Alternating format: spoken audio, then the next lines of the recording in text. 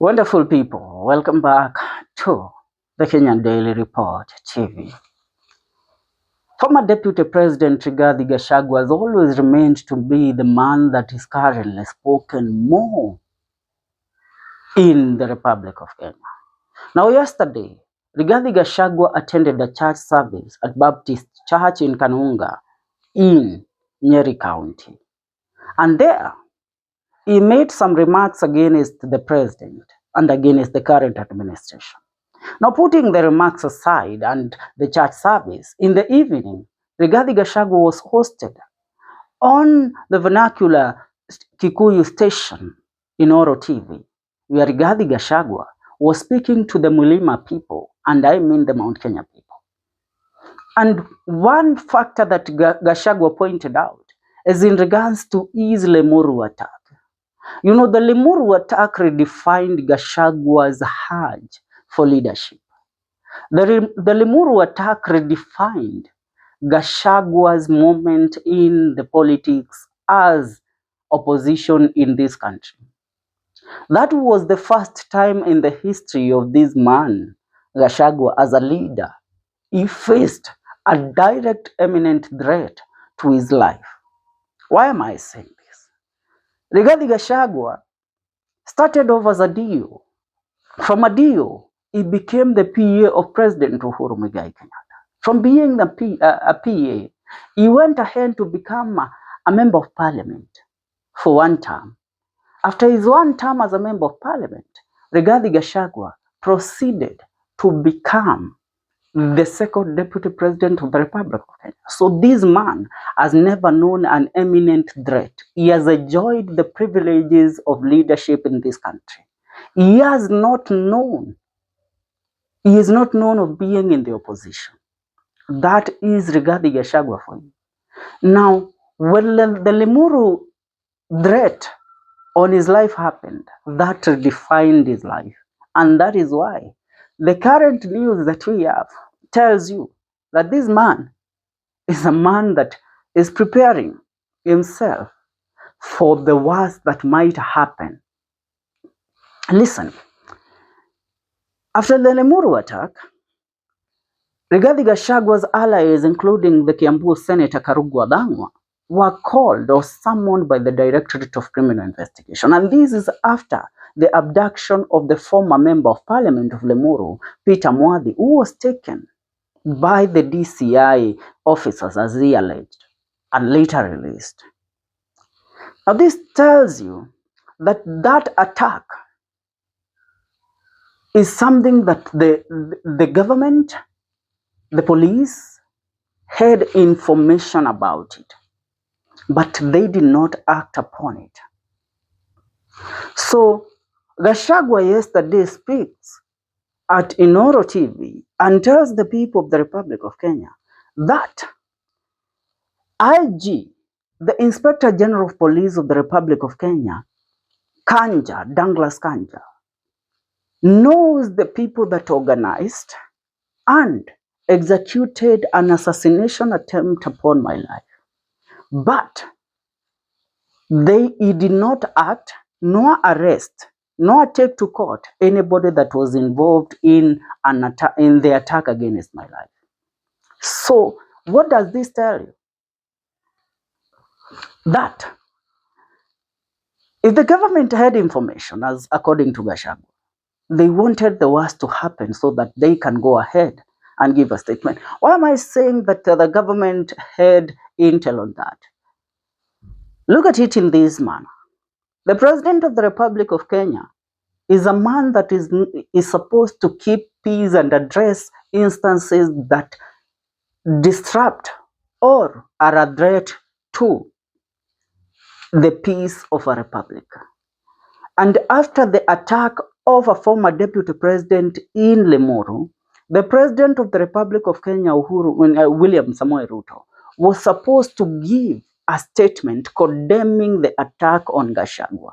But President William Ruto reserved himself and never spoke anything about it, nor condemned it. The Inspector General of Police did not speak openly or criticize what happened. What they did is summon They used the DCI to summon the leaders that were there. And those leaders were those that are affiliated to Gachagua. This tells you that they had intel and they did not care on whatever happened to the man who refers to him as now the Mulima kingpin right now.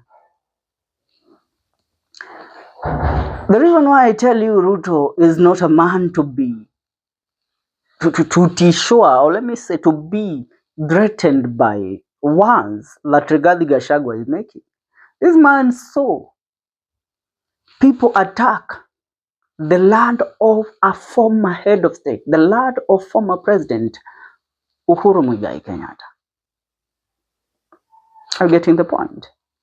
And he was the president, yet he did not address it, or that did not even shake him a bit.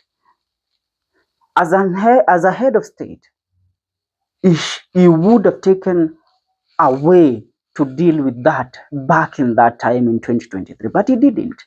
He let it slide. Now you think that Rigathi Gachagua, an impeached deputy president, is something that will make William Ruto shake.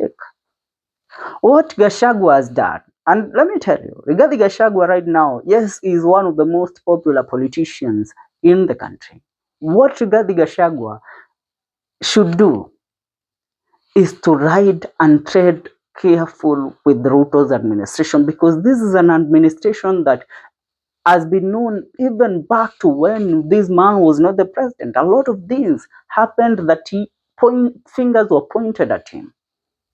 So what do you think can happen to Rigathi Gachagua? Now, apart from that, after the Limuru attack, Rigathi Gachagua for the first time 2 weeks ago made the first appearance after the Limuru attack in Mwiki, Kasarani, attending a PCEA church service. There, Rigathi Gachagua showed up with the new security detail. Let me tell you, this is when you realize that this man now has been shaken to the core. The security detail that Rigathi Gachagua acquired are led by former Israel Special Forces agents, IDF, Israel Defense Forces, retired agents now freelancing, also worked as Mossad agents. It is believed that 2 to 3 of them are the head of his security right now, hired by this man. Remember, Gachagua has money to hire the best security that he can. Now, apart from that, he has also hired retired army personnel, and mostly the Recce squad from the GSU unit in Kenya, the General Service Unit, who are not loyal to anybody, but loyal to the money that they are paid, and also loyal to safeguarding the target that they have been paid to safeguard.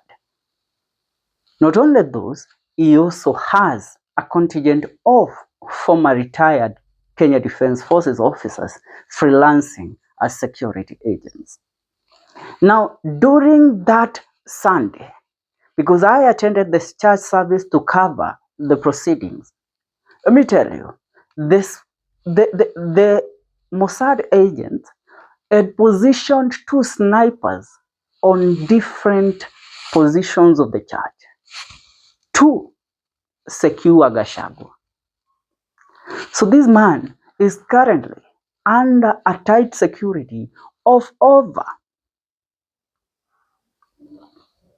30 security personnel, which now he caters for them from his own pocket. Now, this is why I'm telling you, this is not a man that was used to receiving imminent threat. If you look at the history of Raila Amolo Odinga, you realize what it means to be an opposition leader and your life to be under threat, because Raila Odinga faced every threat on his life, even being imprisoned, assassins being sent his way.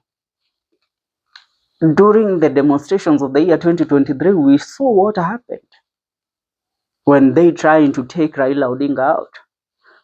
Now, Rigathi Gachagua has learned from the Limuru attack that it's not a matter of me pleasing the public and appearing to them, because that day the people that came there to attack him were hired, according to him, were hired Kikuyu young men who were supposed to kill him, and they would be arrested, taken to court and prosecuted. And the news would be that Rigathi Gachagua was killed in a fight between the people from the same ethnic group. Getting the point? And that is what he told you yesterday. So when I tell you, you should realize, Rigathi Gachagua should tread on careful when it comes to matters of politics in this country, and when dealing with William Ruto, you should take this one serious. And I remind you that also William Ruto thinks that this is a man that can be scared of. Rigathi Gachagua is not your typical. Rigathi Gachagua is not Kalonzo Musyoka. Let me just put it literally like that. Because Kalonzo served as a vice president. He has every privilege, but cannot address Ruto face to face and tell him the wrongs that he has done. Rigathi Gachagua is the man that when he feels now it's about time, every secret of the state, he will be yapping them out. From the involvement of the National Intelligence Service in his impeachment, in the 2 assassination attempts against his life. Remember, he said these things even when he was a DP, when the proceedings of his impeachment were ongoing. What do you think he will say when he realizes now, I am secure? Now the political heat has risen. Wadau, I am your political analyst, F.K. Mwenda. This is the Kenyan Daily Report. Please make sure you subscribe, leave a comment, tell us what you think about our analysis.